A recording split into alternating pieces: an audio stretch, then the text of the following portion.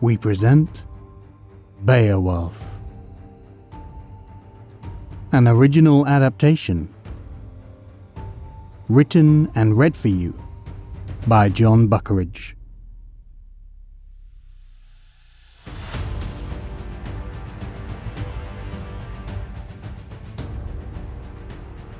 Part 16. The Dragon. Beowulf did not raise a great horde of men to seek out the beast. Why throw away 100 lives if it was not needed? And why throw away 100 lives if the task was doomed to fail anyway? Instead, he took 11 of his closest friends and best-known warriors. These were his thanes, men he had known for decades, stood fast in the shield wall, his shoulder-to-shoulder men. Axel was still with him, a comrade from his youth, as was Leif. Wehextan had long since died, but his son Wiglaf rode with them, carrying his father's sword. As for the rest of the band who had sailed to Hierot in his younger days, they had all been gathered to their fathers now. None had grown too old for war and adopted the ways of peace. Men like them were not made for such things as peace. With Beowulf's band came the thief, Karl, their 13th man. He had come to them sobbing and weeping, racked with guilt for his actions in awaking the dragon, and seeking to make amends. Now he would lead them to the long-hidden cavern, so that Beowulf could face the creature in combat. Together they travelled, and as they did, each footstep seemed to echo in Beowulf's mind with a memory. He saw his mother, he saw his father, he saw Hugelac and Hrothgar and Waltheow. He saw friends and lovers and brothers in arms all lost across the years, and a small part of him, a part of him he never let himself listen to before, cried out to meet them once again. When they were in sight of the cave mouth, Beowulf halted his men, and he looked each one in the eye. He had never counted himself a wordsmith, and had always found his tongue tied when there were words that needed to be said. Now, though, they seemed to flow out of him, a deep, welling confession that must be purged. I have never known fear like other men, at least not for tasks like this. Since my youth, I have faced every challenge that came to me. Now I am old, but I will not turn from this challenge. I will seek victory, glory, and death, even if that death is my own, if that is my weird.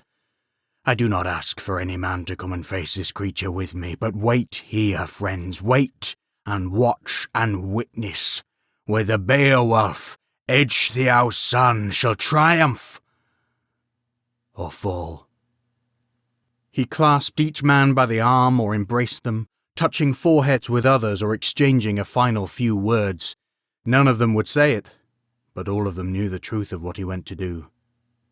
That done, he took up the great iron shield in his left hand, drew Naegling in his right, and strode towards the cavern mouth. When he was a pace away, he threw back his head and let fly a war cry to challenge the serpent within. The serpent, it seemed, though, was ready and waiting, and sent forth a great streak of amber flame straight towards the king. Beowulf brought up the great iron shield and set his feet to withstand the blast. Again the worm bathed Beowulf in flames, and again he held up the great iron shield and stood firm, Naegling held loose and ready in his hand, waiting for his moment. "Tame the fire," came a voice in his mind from many years past. And despite it all, behind his shield he laughed at quite how fitting that was for doing battle with a dragon.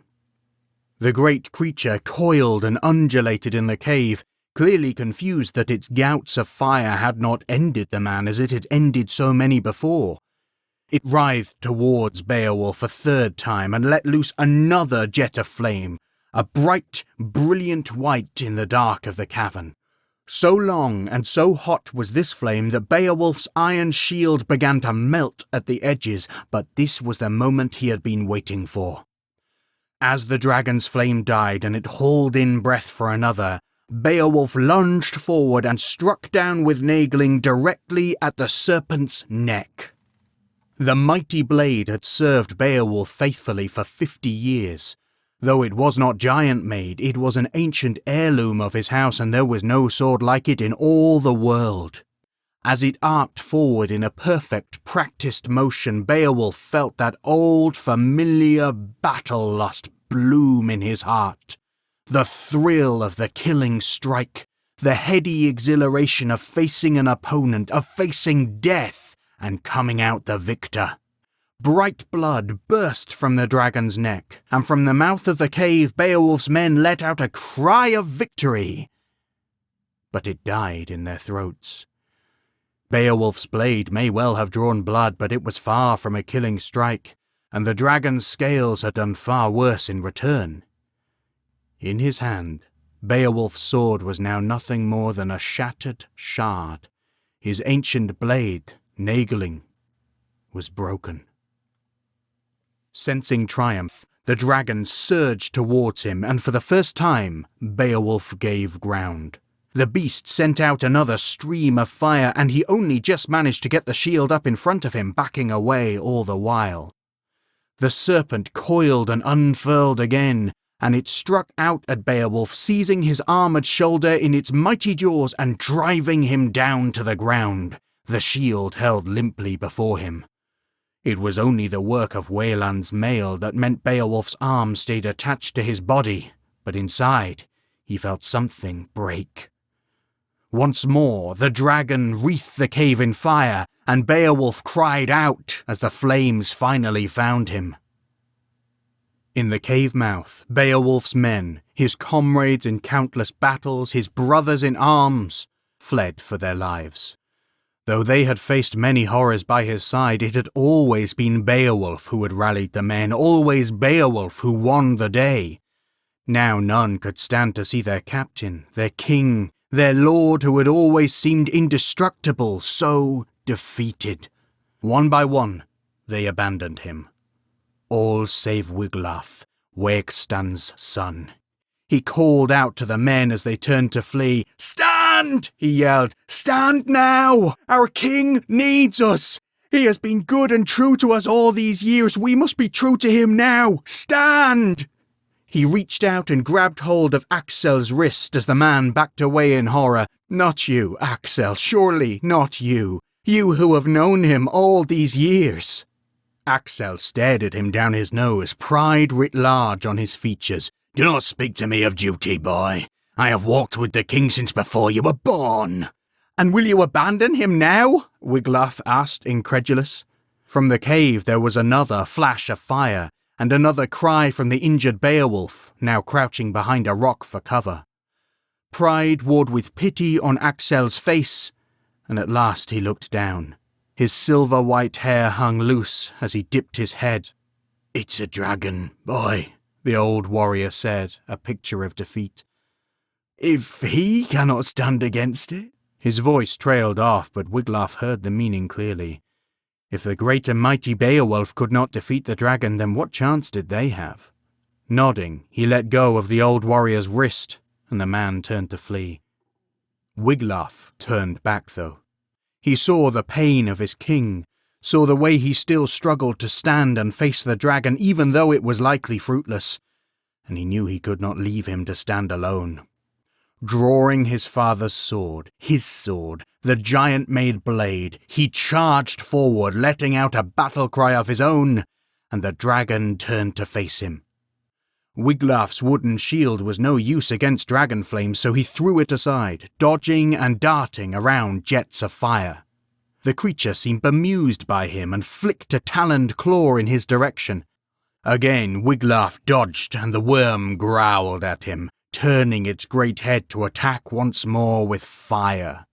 As it sucked in breath to unleash flames, a shout came from Wiglaf's right, and a silver object struck the creature. Wiglaf saw that Beowulf, one arm hanging loose and useless, had hurled the broken shard of Naegling at the monster, drawing its attention. The dragon turned its head to Beowulf, unleashing flames that had been meant for Wiglaf, and forcing the king back to cover. Taking hold of the moment Beowulf had brought him, Wiglaf sprinted forward and, picking his target, drove his blade deep into the shallow wound Beowulf's sword had rent in the dragon's neck. Instantly the dragon's flame cut out and it let out a shriek of pain. Its great maw turned back to Wiglaf, heaving in breath to spew fire. But none came. Wiglaf saw confusion enter the monster's ancient eyes as it tried to fathom what had just happened. Then that confusion turned to fear as it tried to spit flames a third time with no success. Wiglaf was equally stunned until another claw shot out at him, and he recalled the serpent was just as deadly as ever, flame or no flame. He ducked behind a rock and scanned the cave for any sign of his king. Across the cavern, he spotted him. While the dragon had been distracted with Wiglaf, Beowulf had crept closer to the creature's body, and now he crouched unnoticed at its side. With his good arm, he drew out his dagger from his belt. This was an up-close weapon, made for finding the gaps in armor and the weak points in defenses, and Beowulf was an expert. Easing the dagger into the gap between the dragon's scales, Beowulf thrust deep into the dragon's flank once, twice, a third time. The dragon let out an unholy shriek that shook the cave around them and clawed its way backwards into the shadows. From the darkness they heard it give a great wheezing wail, then a keening cry, and finally it fell silent. Wiglaf let loose a cry of victory and turned to face his king, a great grin on his face. But the smile swiftly slipped as he saw him, pale and ashen and stretched out on the ground, struggling to stand. Running forward, Wiglaf saw that where the great king's armor had grown loose in his age, there the dragon's poisoned fangs had found a gap by his neck, and its deadly venom was well at work. Tears sprang to Wiglaf's eyes, but Beowulf smiled at him. "No, Wiglaf, Wegstan's son, last of the Wegmundings. No tears for this day. It has been a long time in coming. I have walked with death hand in hand for many winters, and now he comes to greet me as an old friend." He smiled weakly. "This has been a good day. It seems it is my weird to die as I lived, as a shield for my people. But I go on, knowing that they shall not be unguarded." He pulled the great golden torque from around his neck and pressed it into Wiglaf's hands. Then he passed him the great iron shield. "You have a good sword," said the old king with a smile. "A very good sword, and you will need good armor to go with it. Take mine, Wiglaf, and be the shield for our people after me." And with that, Beowulf, king of the Geats, Trollsbane and Dragon Slayer, shut his eyes and took his rest at long last, finally at peace.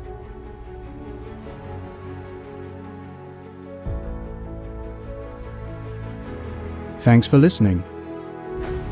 Beowulf was a Settle Stories commission written and read for you by Jon Buckeridge.